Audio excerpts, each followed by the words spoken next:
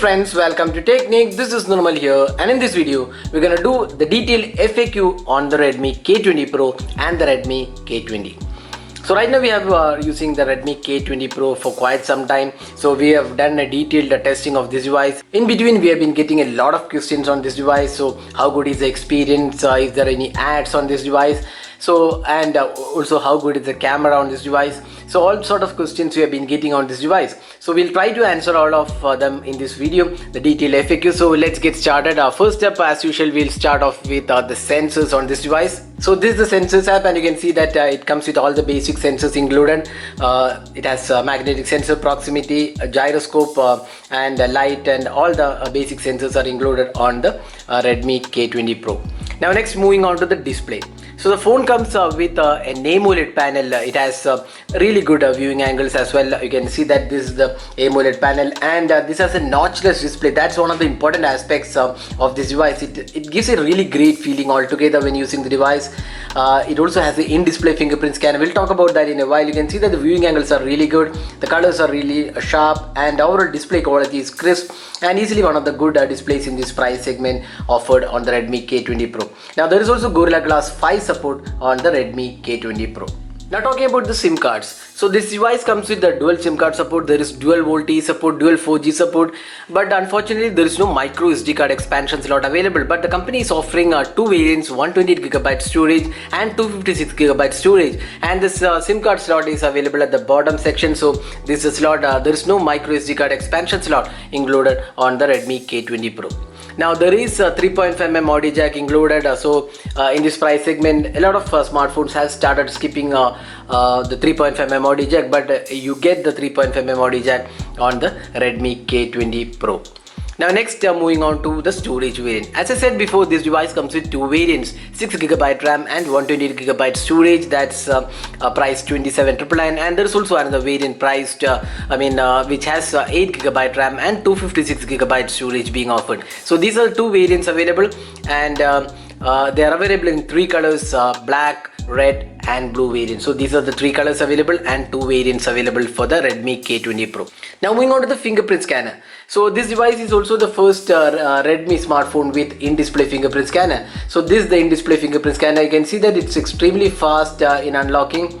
So that's the in-display fingerprint scanner. You can see that it is really fast in terms of the performance. Now talking about the face unlock, this is one area where we found the Redmi K20 Pro to be a little on the slower side. So a couple of things. One, you have to, when you want to use the face unlock, you have to actually swipe up, then only the face unlock comes up, and you can see that the camera mechanism is a bit too slow, considering that few smartphones like Realme X and Vivo have implemented this much better. So you can see that it's very slow in terms of the face unlock. That's one downside with the Redmi K20 Pro. Now talking about the software, so this device runs on Android 9.0, and we have the MIUI 10.3 rather, the global variant with us, and you can see that this comes with all the features you see regularly on MIUI devices. So we have a lot of apps including dual app support, app lock is there, then support for theme, second space, and a lot of features are included.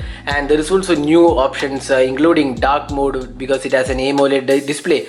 We have this dark mode also included. So overall it's a really feature rich UI. Now coming to the most important aspect, does it have ads?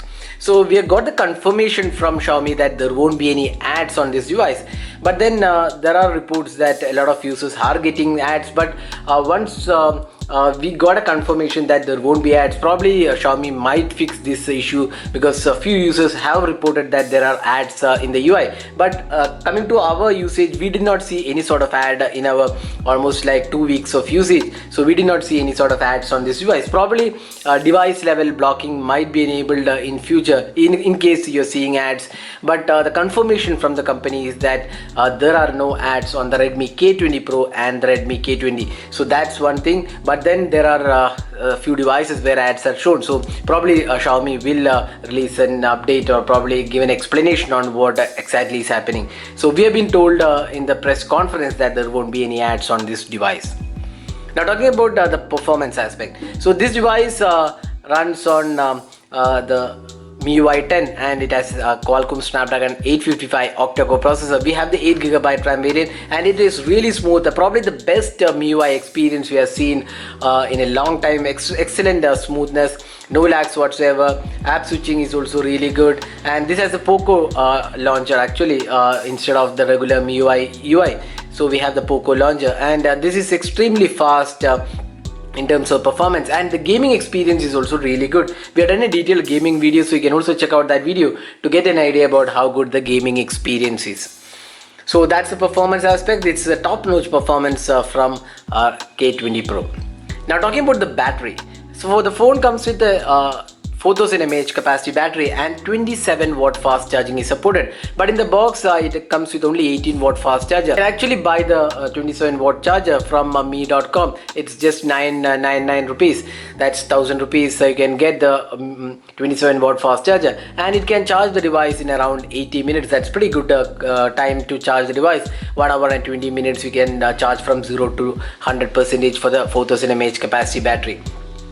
Now talking about the battery performance, so we'll just show you the screenshots we got from the battery. So there you go. You can see the maximum screen on time we got was around 7 hours and 30 minutes. That's the maximum we got, and on an average you can expect around 6 to 6.5 hours, or even 6 hours is more or less expected. More than 7 hours it's not very easy, but then this is the maximum we got. On an average we got around 6 to 6.5 hours, and you can see that it lasted for 1 day and 10 hours. That's the performance we got, and the maximum screen on time we got was 7 hours and 30 minutes on the Redmi K20 Pro. Now next let's move on to the speaker performance. So we'll just play a song from the YouTube's audio library, and we'll show you how good the experience is.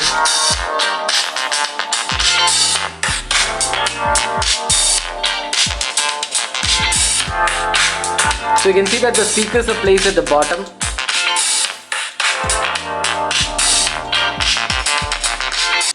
So next is the LED notification. So this is an interesting LED notification actually. So we'll just connect this to a charger, and we'll just show you.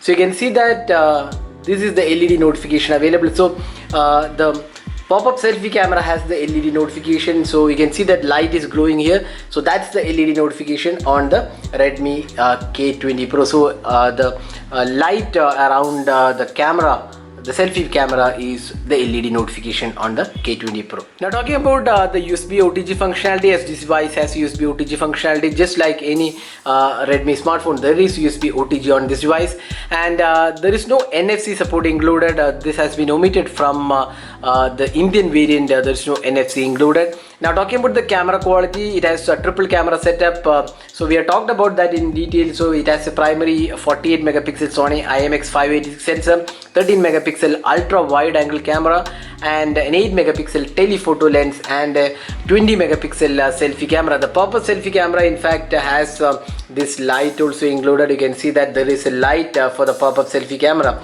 So that's the camera aspect. Now you can also check out our detailed camera review to find out how good the camera experience is. It is definitely quite acceptable, but the low light performance is something which was not as such pretty good on this device, considering that this is a flagship device. Probably update might fix that. Now another important thing which you've been getting on this device is whether there is camera to API support. That means whether you can install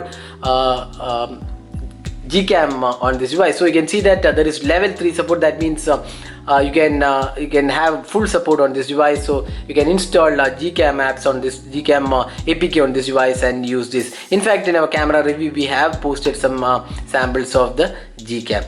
Now another thing is whether there is wideband L1 support. So we'll just go to this app and we'll just show you. You can see that there is wideband L1. The security level is L1 on this device. So that's the wideband L1 support on the Redmi K20 Pro. So those were the FAQs on the Redmi K20 Pro. So hope we have answered all your questions. So if you still have anything to ask regarding the K20 Pro and the K20, so what are the differences between the K20 and K20 Pro? That's another thing which you have been getting. So a couple of things. One is that the processor is different. We have the Qualcomm 855 on this device, while on the K20 it is the 730, the Snapdragon 730, and apart from that the RAM and storage variant differs, and also the camera unit has a difference. the main or the rather the primary camera is Sony's IMX582 sensor, which is almost as good as the 586, but then it does not have 4K at 60 fps is not supported, only 4K at 30 fps is supported. So that's the only difference. Otherwise the processor and the RAM also is the different aspects of these two devices. So that was the detailed FAQ on the Redmi K20 Pro. Hope you enjoyed watching this video. Do hit that like button and also hit the subscribe button for more videos. This is Nirmal signing off. Thanks for watching. Hope to see you in our next video. Have a great day.